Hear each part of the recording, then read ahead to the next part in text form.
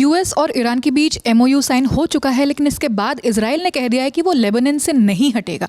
तो क्या है मामला, ये तमाम जानकारी देंगी हमारी साथी प्रगति बताइए, हमारे पास क्या अपडेट्स है इसको लेकर। जी आकांक्षा, तो दोनों देशों के बीच एमओयू साइन होने के बाद जो इजराइल के राजदूत हैं भारत में, रुवेन अज़ार, उन्होंने इंडिया टुडे से बातचीत की और उनसे पहला सवाल पूछा गया कि क्या अब इजराइल लेबनान से हटेगा। तो उन्होंने बहुत ही सधा हुआ आंसर दिया। सधा हुआ क्या, उन्होंने कहा कि देखिए, हम भी डिप्लोमेसी के ज़रिए ये जंग ख़त्म करना चाहते हैं, लेकिन हमें भी अपने सेल्फ डिफेंस का ध्यान देना होगा। इसलिए इजराइल साउथ लेबनान में रहेगा, वो वहाँ से नहीं हटने वाला है, और अगर लेबनान के साइड से कोई हमला होता है तो हम रिटेलिएट करेंगे, ऐसा इजराइल की तरफ से जवाब आया है। और उन्होंने पीस प्रोसेस का जिक्र किया है। उन्होंने कहा है कि हमारे बीच एक पायलट प्रोजेक्ट का चल रहा है, जिसमें ये देखा जाएगा कि लेबनान सरकार अगर उस एरिया को हिजबुल्ला फ्री बना लेती है तब हम आगे देखेंगे क्या करना है, लेकिन फ़िलहाल हम लेबनान से नहीं हटने वाले हैं। और जब तक लेबनान सरकार हमें ये गारंटी नहीं दे देती तब तक हम यहीं पर रहेंगे, हम वहाँ से नहीं हटने वाले हैं। और इस बीच सोशल मीडिया पर इजरायली डिफेंस फोर्स ने एक पोस्ट शेयर किया है, जिसमें एक मैप है जो आप अपनी स्क्रीन पर देख सकते हैं।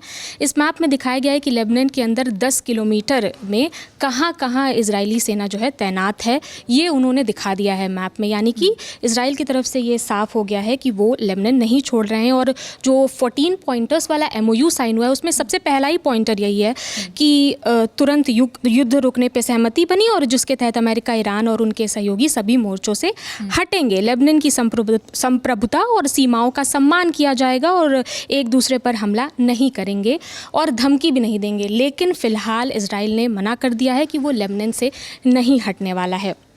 इसके अलावा दूसरा सवाल किया गया कि क्या इस एमओयू में इजराइल के हितों का ध्यान नहीं दिया गया, ये सवाल जो है पत्रकार गौरव सावंत ने किया। तो इस पर इजरायली राजदूत का जवाब आया कि इजराइल और अमेरिका को इस पूरे जंग में ज़बरदस्त जीत मिली है। उन्होंने जीत का दावा किया, और उन्होंने ये भी कहा कि हमने जो ईरान की मिलिट्री है उसको बहुत ज़्यादा नुकसान पहुँचाया है, $1 ट्रिलियन का नुकसान पहुँचाया है, और वहाँ की कोट अनकोट क्रिमिनल रजीम को हटा दिया है, ऐसा इजराइल ने कहा है। उन्होंने कहा कि अमेरिका को हॉर्मुज़ को खुलवाना था और तेल की कीमत को कंट्रोल करना था, इसलिए उन्होंने ये डील की है। उन्हें हॉर्मुज़ पहले जैसा चाहिए था, इसलिए ये डिप्लोमेसी का रास्ता जो है अपनाया गया है।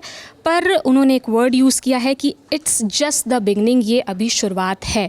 यहाँ पर दर्शकों को ये बता दें कि अभी 60 दिन, आने वाले 60 दिनों में अभी तमाम चीज़ों पर डिस्कशन होना बाकी है, एक अंतिम समझौते तक पहुँचना बाकी है, जिसमें ये डिस्कस होगा, सैंक्शंस को लेकर डिस्कशंस होंगे और न्यूक्लियर प्रोग्राम को लेकर डिस्कशंस होंगे। अब आते हैं तीसरे सवाल पर।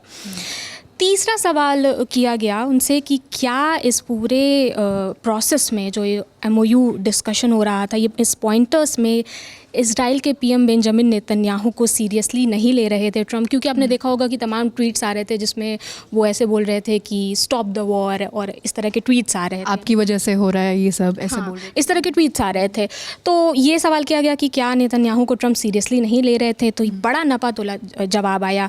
ये आया कि इससे पहले, प्रेसिडेंट ट्रम्प से पहले कोई भी ऐसे प्रेसिडेंट नहीं थे जिन्होंने इजराइल के लिए इतना किया, और प्रेसिडेंट ट्रम्प ही हैं जिन्होंने जेरूसलम को राजधानी के रूप में मान्यता दी, और अमेरिकी दूतावास को उन्होंने जेरूसलम में शिफ्ट किया, और गोलन हाइट्स पर इजराइल की संप्रभुता को स्वीकार किया। गोलन हाइट्स पहले सीरिया में आता था, और फिर 6 डे वॉर में इजराइल ने उसे अपने कंट्रोल में ले लिया। तो प्रेसिडेंट ट्रम्प ने गोलन हाइट्स पर इजराइल की संप्रभुता को स्वीकार किया, जिसकी बात इजराइल राजदूत कर रहे हैं। और उन्होंने ये भी कहा कि वे इजराइल को कम आक्रामक तौर पर, यानी कि कम अग्रेसिव तौर पर देखना चाह रहे थे, और डिप्लोमेसी का रास्ता अपना रहे हैं। हम भी डिप्लोमेसी का रास्ता अपनाएंगे, लेकिन हम अपने सेल्फ डिफेंस का भी ध्यान रखेंगे, और हम लेबनान से नहीं हटने वाले हैं, ये साफ कर दिया है उन्होंने। जी, थैंक यू प्रगति।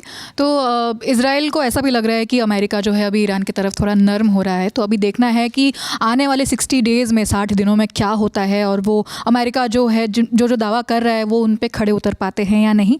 ये तमाम जानकारी लाई थी हमारी साथी प्रगति। मैं हूँ आकांक्षा गोगोई, आप देखते रहिए दिल ऑन टॉप। शुक्रिया।